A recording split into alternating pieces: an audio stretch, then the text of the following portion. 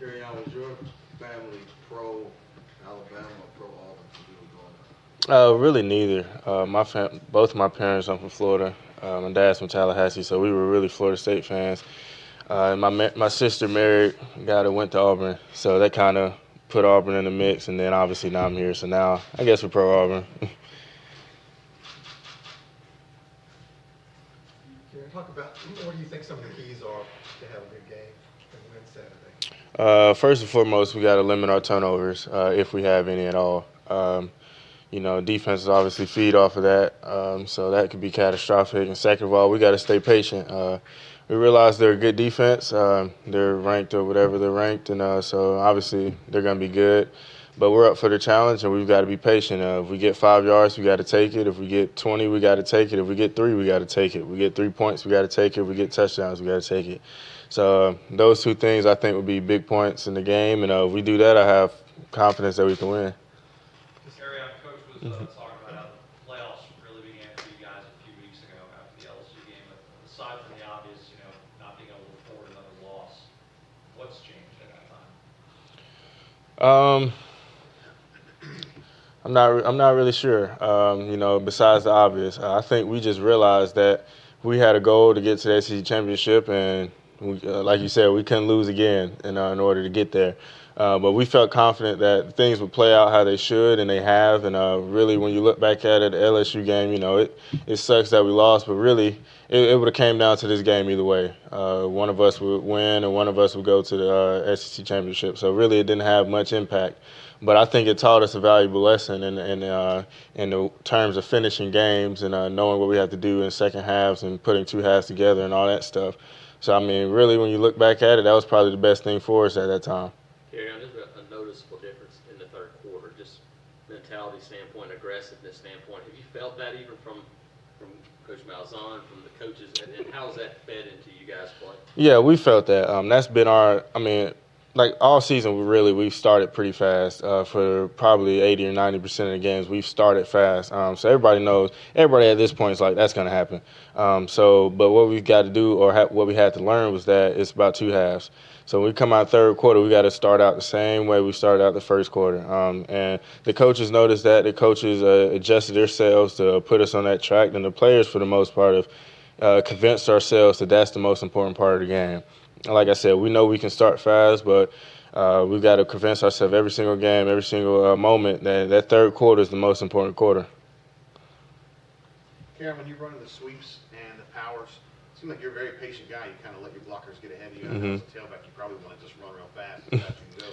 When did you kind of get that ability to kind of be a little more patient? Probably this year. Ever since I played running back, I would have a run here and there where, showed great patience. But this year, I really felt like I put a lot of time in this offseason and watched a lot of people run the ball. And the easiest way to run is to not get tackled. And when your blockers are blocking people, you don't get tackled. So you got to let those guys get out in front of you. O-linemen, they have a lot on their plate. They got to ID the fronts, then they got to know who to block, then they got to get around and actually block them. D-linemen are moving around and blah, blah, blah, blah, blah.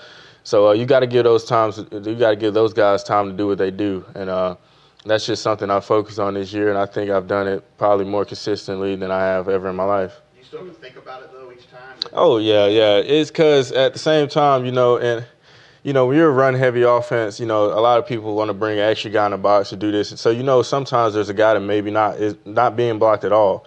And sometimes you want to just hurry up. I got to get something before they get me or blah, blah, blah, blah. But I think if you stay patient and let the blocks form, it works out better for you. You said you watched a lot of guys in the offseason. Who'd you watch the most? Le'Veon Bell, definitely the most. He's the guy everybody knows when you watch him. I mean, that guy, he'll literally stop running. He'll just be standing there and let his guys do the work. And I said, well, if it works for him, surely it can work for me here. So it's done. It has this year. I'm glad I watched that. Is that scary as a running back to literally stop all of your momentum?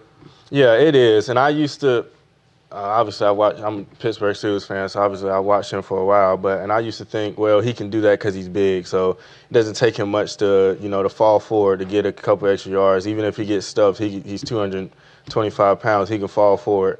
So I used to think, I'm not that big, I won't be able to do it. But it's scary to just stop your feet or wait for it to develop. But all it means is when you see the hole, then you've really got to hit it. And that's what I worked on this offseason was building up that acceleration quickly and getting to the top speed, and it's worked. How do you work on that specifically? I did a lot of sandpit. Me and a couple other running backs, Cam Martin and CJ, we go in the sandpit 1 or 2 times a week. Just going after, doing footwork drills, doing explosion drills, stopping and starting drills. Coach Russell, a lot of days in the summer, obviously working on acceleration and chain sprints and hill sprints. It took a lot, but to see it pay off is very satisfying. Do you feel like that for you? I mean, obviously you put a lot of work into it, but you always been a great athlete. You always had the glide. Do you feel like that's been the biggest thing for you, is that explosiveness? Yeah, just that explosiveness and that work at the explosion. Like you said, I've always been a tremendous athlete, and sometimes I let myself just live off of that. But it's no coincidence that this was my hardest working summer, and this is my best season I've had. That just comes with the work, and I'm glad I got to see that pay off. And now it's a lesson moving forward and something I learned. Hey, during that Georgia game, I think Todd Gurley was kind of tweeting about you, saying, "Man, this kid can play." Mm-hmm. Do you still get kind of big eyes when somebody like Todd Gurley? Oh, yeah. I showed that tweet to Darius Slayton. We're really good friends. And I showed him being a Georgia guy, or being from Georgia. He went more through the roof than I did. So to see, obviously I can't tell you everything, just from terms of people who have reached out to me, or, and that I still think of myself as just a small time guy.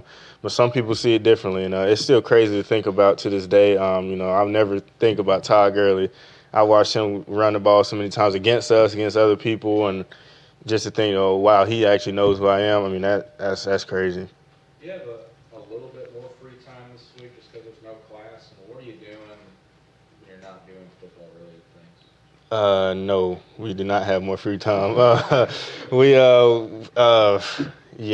Sometimes you'd rather be in class, because when there's no class, it's straight football. We woke up 8:30 this morning, went to breakfast, went to study hall, went to a special teams meeting. Then we had OD meetings. Now I'm here. Now I'll leave here, go down, get ready for practice, go practice, leave there, do treatment. By that time, it'll be 8 p.m., 9 p.m., your day's over with. So you go to sleep, you wake up, you do it again. But that's the kind of sacrifice you have to make. For a game like this, on a week like this, you want to be prepared as possible. You want to make sure your body is prepared as possible. Mentally, you're prepared as possible. So the sacrifice pays off. Kerryon, you're obviously have a lot of appreciation for the offensive line. You live with Markel. Mm-hmm. You hear a lot of offensive line talk. To see what those guys have done this year with all the changes, how impressed have you been with it? Like you said, with all the changes, it's very impressive. Some O-line units have one guy go down. They'll have a center go down or a guard go down. It's like, that's the biggest thing, the biggest news message across every board you see. D. James went down. AG's moving around from position to position. Casey went down. Mike went down. That's 3 starting linemen that that's tough for anybody to deal with. But for those guys, that's how they're coached. They're coached to practice as a unit, to play as a unit. Orange and blue guys, first and second string, have to be ready, and I think they have been, and that showed off because we'll have a guy go down, we won't miss a beat. You really can't tell. So that's just a testament to their unit, a testament to their character and their work ethic. Very good. All right. Yep.